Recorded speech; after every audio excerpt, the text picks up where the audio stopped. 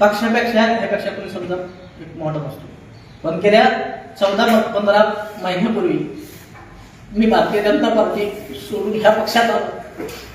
खासदार साहेबांनी एवढं प्रेम केलं माझ्यावरती, मॅडम असतील किंवा आढावे साहेब असतील, त्या भागात एक काम केलं ना खासदार साहेबांनी, ते काम फार मोठं आहे. म्हणजे आज माझ्याकडे या गोष्टीला शब्द नाही. आज तुम्ही बघा, दुधाचा प्रश्न असेल,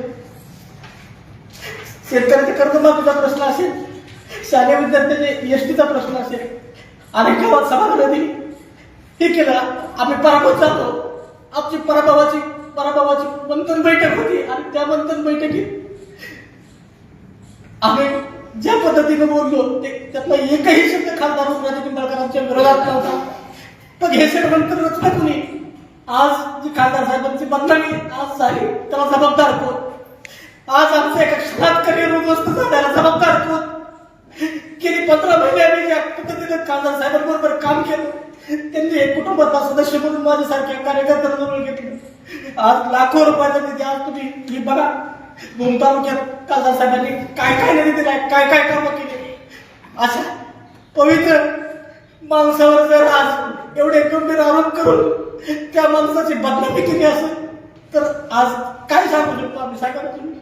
आज पूर परिस्थितीमध्ये दादांनी जीवाची बाजी लावली. 10,000 जास्त किट त्या ठिकाणी वाटल्या. आज सगळ्या प्रशासनाला शेतकऱ्यांचे पंचनामे करायला लावले. 28 दिवस आम्ही कुटुंबाच्या बाहेर होतो.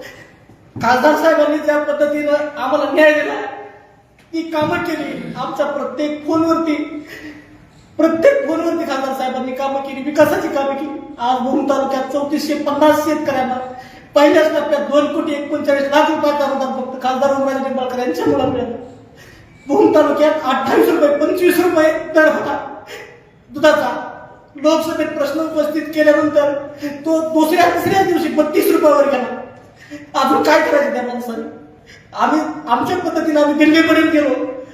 आज रेल्वेचा प्रश्न असेल, आज रेल्वे मंत्र्याला सुद्धा खासदार साहेबांनी पत्र दिलं त्या भागातून रेल्वे गेली पाहिजे. त्या माणसाने आमच्यासाठी एवढं काम केलं आणि त्या बैठकीत आम्हालाच खलनायक ठरवून, आम्हालाच हे करून खासदार साहेबांच्या विरोधात ज्या बातम्या दिल्या त्या